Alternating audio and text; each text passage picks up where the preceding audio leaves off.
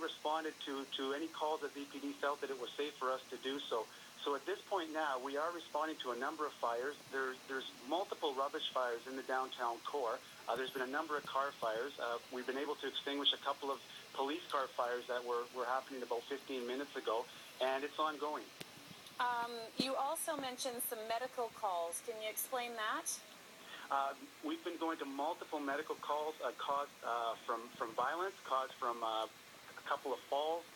We've also had just a regular type of medical calls caused by intoxication and also people taking drugs.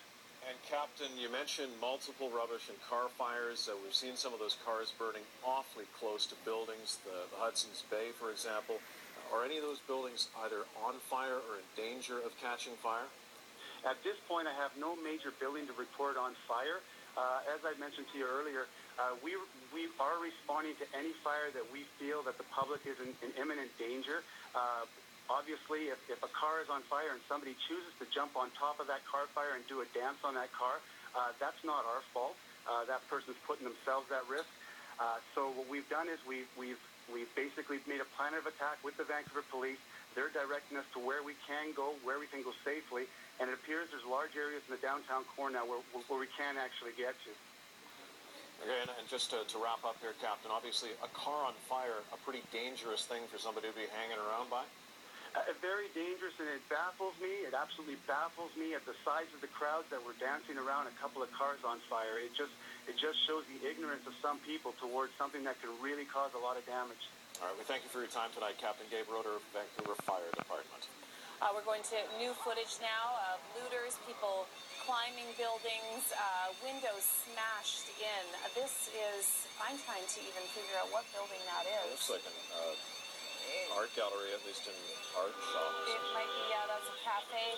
The two police vehicles on fire. So again, this is footage that we're just getting in from our photographers that have been out for the past 3 hours shooting constant footage for us.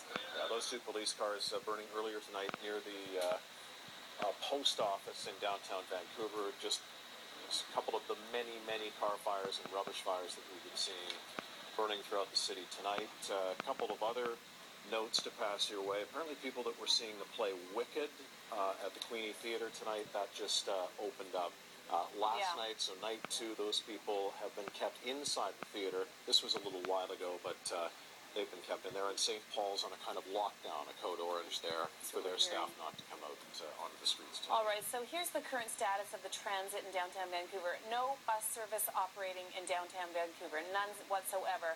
The Blue Bus, West Vancouver Blue Bus, is operating from Georgia and Cardero, obviously taking people out of the city. C-Bus is only carrying passengers from downtown Vancouver to the North Shore, and the Expo and Millennium lines are still operating in both directions. Transit police are monitoring passenger flows towards Vancouver.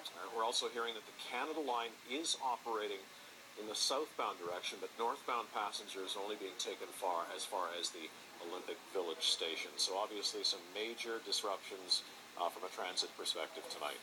And this is live footage again from Chopper 9. So this is at the intersection of, it looks like Granville and Seymour. It's so hard to tell now. They're all starting to look the same because it just kind of ebbs and flows, doesn't it? But obviously people still milling about. Police are trying to move everybody out. You heard Janet McGuinness from VPD explaining that it is time to go home. All right, and we're going to go back up to CTV's Chopper 9, Norma Reed.